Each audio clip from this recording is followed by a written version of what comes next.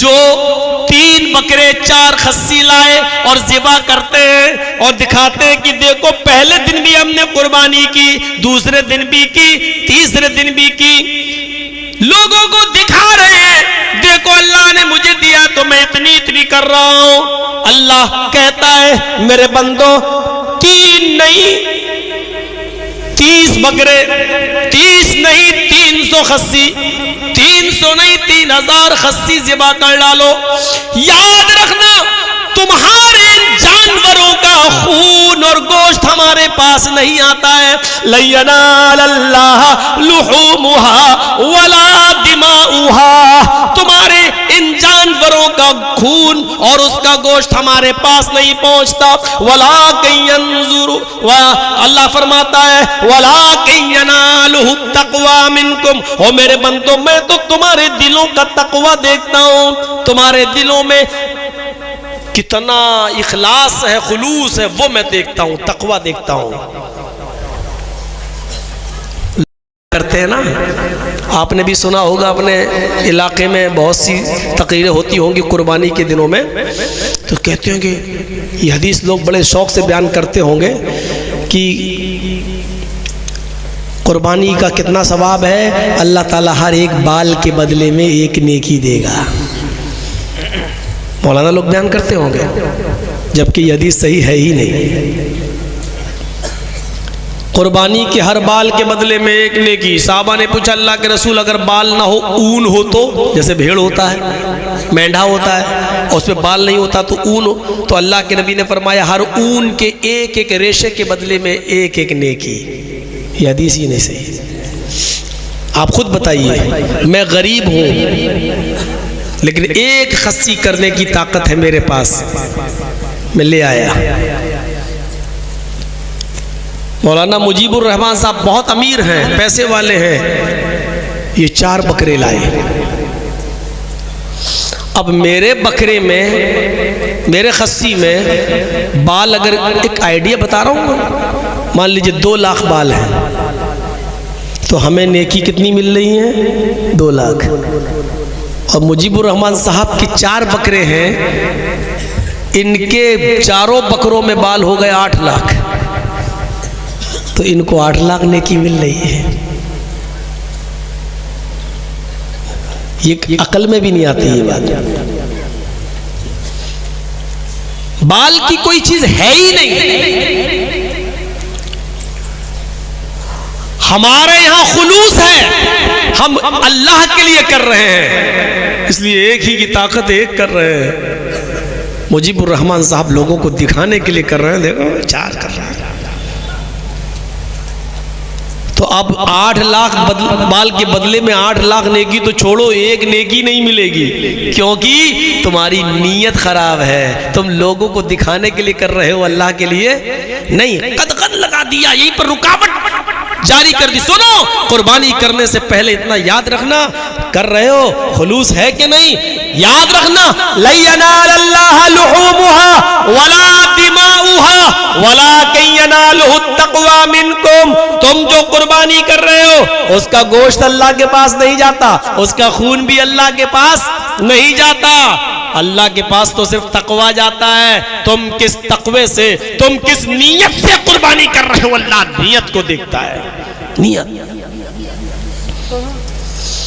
وعن عمر بن الخطاب رضی اللہ تعالیٰ عنہ قال سمعت رسول اللہ صلی اللہ علیہ وسلم یقول انما الاعمال بالنیات وانما لكل امرئ ما نوى فمن كانت هجرته الى الله ورسوله فهجرته الى الله ورسوله ومن كانت هجرته لدنيا يصيبها او امرأة ينكحها فهجرته الى ما هاجر اليه۔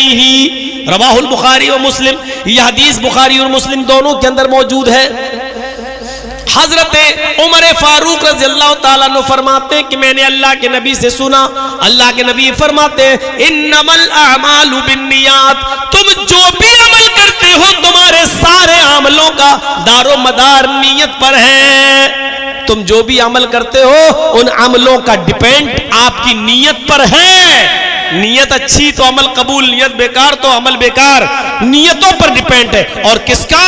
عمل صالح. نیک عمل کا دار و مدار نیت پر ہے. برے عمل پر نیت اچھی ہونے سے وہ برا عمل اچھا نہیں ہو جائے گا. یہ گلاس بڑا خوبصورت ہے، جرجیت صاحب کی نیت خراب ہو گئی، اس کی چوری کریں. لیکن ہماری نیت یہ ہے کہ ادھر جو آدمی غریب رہتا ہے اس بیچارے کے پاس پینے کے لیے کوئی برتن نہیں ہے، اس آدمی کا گلاس چرا کے میں اس کو دے دوں گا، بیچارہ پانی پیے گا. یہ تو امیر آدمی ہے، اس کے پاس تو برتنوں کی کمی تھوڑی ہے. دیکھیے ہماری نیت چوری کرنے کی ہے. اور یہ بھی ہے کہ جس آدمی کا گلاس میں چرا رہا ہوں بڑا امیر ہے، ایک چرا لوں گا اس میں کمی تھوڑی ہو جائے گی. اور تیسری ہماری نیت ایک اچھی کیا ہے؟ ہم اس پہ پانی خود نہیں پیئیں گے، ہم اپنے پڑوس میں رہنے والے کسی غریب کو دے دیں گے، بیچارے کو جس کے پاس برتن نہیں ہے. نیت کتنی اچھی ہے میری، ہم غریب کی مدد کرنا چاہ رہے ہیں لیکن چوری کے مال سے. اس لیے غلط مال، غلط کام کے اندر ہماری اگر اچھی نیت ہو گئی تو اس کا مطلب یہ نہیں کہ ہمارے لیے چوری جائز ہو جائے گی. چوری چوری رہے گی، چاہے کتنی اچھی نیت ہو، آپ چور کہلائیں گے اور آپ چوری پر گناہگار ہوں گے. آپ اس میں پانی پیے بھی نہیں، غریب کو ہی دے دیں، پھر بھی آپ گناہگار ہوں گے، کیونکہ آپ نے غلط طریقے سے کسی کا گلاس چرا کر آپ نے کسی غریب کی مدد کی ہے. آپ اس سے مانگ سکتے تھے، بھائی تیرے پاس تو اتنا ہے، ایک دے دے، تیرا کیا بگڑ جائے گا، اس غریب کی مدد کر دوں میں، اس کو دے دیتا ہوں. آپ مانگ سکتے تھے لیکن آپ نے مانگا نہیں، آپ نے چوری کی، اس لیے یہ کام غلط ہے، آپ کو گناہ پڑے گا. غریب کی مدد کرنے کے باوجود بھی گناہ پڑے گا. مجیب الرحمان صاحب کی جیب سے 1 لاکھ روپے چرا کے ہم پڑوس کی مدد کر دیتے ہیں، بیچارہ اپنی لڑکی کی شادی کر دے گا. ہم نے 1 روپیہ بھی نہیں لیا، اس غریب نے لڑکی کی شادی بھی کر دی، لیکن ہم ٹھنڈی سانس لے رہے ہیں، چلو بیچارے کی ایک غریب لڑکی کا گھر بس گیا. لیکن ایسا کرنے سے ہمیں ثواب نہیں ملے گا، کیونکہ ہم نے غلط کام کیا ہے، اس لیے ہم اس کے گناہگار ہوں گے. اس لیے اللہ کے نبی نے فرمایا، اے صحابیو تم ہجرت کر کے مکے سے مدینہ جا رہے ہو، نیتیں اپنی صاف رکھنا. فمن کانت ہجرتہ الی اللہ ورسولہ، جس کی ہجرت اللہ اور اس کے رسول کے لیے ہوگی، ہجرتہ الی اللہ والرسول، تو اس کی ہجرت اللہ اور اس کے رسول ہی کے لیے مانی جائے گی. لیکن آئے مکے کے لوگوں، مدینے میں انصاریوں کی لڑکیاں بڑی خوبصورت ہیں، حسین و جمیل ہیں.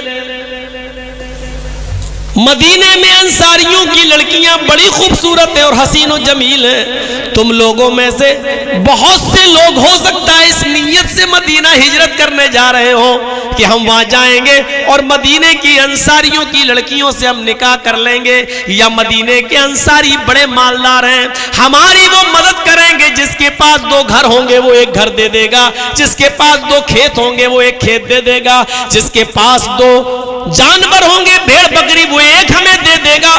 یعنی مال لینے کے لیے، دنیا کمانے کے لیے، یا ان کی لڑکیوں سے شادی کرنے کی نیت سے اگر تم جا رہے ہو تو سن لو، وَمَنْ كَانَتْ هِجْرَتُهُ لِلدُّنْيَا يُصِيبُهَا، اگر دنیا پانے کے لیے ان کے مال و دولت پر تمہاری نظر ہے، اَوْ امْرَأَةٍ يَنْكِحُهَا، یا ان کی کسی عورت یا لڑکی سے تمہاری نیت نکاح کرنے کی ہے، اور اس لیے تم مکہ چھوڑ کے مدینہ ہجرت کرنے جا رہے ہو، تو یاد رکھنا تمہاری ہجرت اللہ اور اس کے رسول کے لیے نہیں ہوگی. فَهِجْرَتُهُ إِلَىٰ مَا هَاجَرَ إِلَيْهِ، پس جس چیز کی تم نے نیت کی ہے تمہیں وہی ملے گا. یعنی لڑکی تمہیں مل جائے گی، مال و دولت تمہیں مل جائے گا، لیکن تمہاری یہ ہجرت اللہ اور اس کے رسول کے لیے نہیں مانی جائے گی. کلیئر کر دیا، صاف کر دیا. بخاری شریف جب آپ کھولو گے، پنہ الٹو گے، تو آپ کو سب سے پہلے یہی حدیث ملے گی بخاری شریف کے اندر. پہلی حدیث جانتے ہو امام بخاری نے پہلی حدیث کیوں نقل کی ہے بخاری کے اندر؟ یہ امام بخاری کی عقل کو داد دینا پڑے گی، کیونکہ آپ جو بخاری پڑھنے جا رہے ہو 7000 حدیثوں کا مطالعہ کرنے جا رہے ہو، اس میں نماز، روزے، حج، زکوٰۃ، لین دین، کاروبار، بزنس، جنت، جہنم، ہر چیز کے معاملات ہیں، لیکن ان تمام معاملات کو پڑھنے سے پہلے تم اپنی نیت صحیح کر لو۔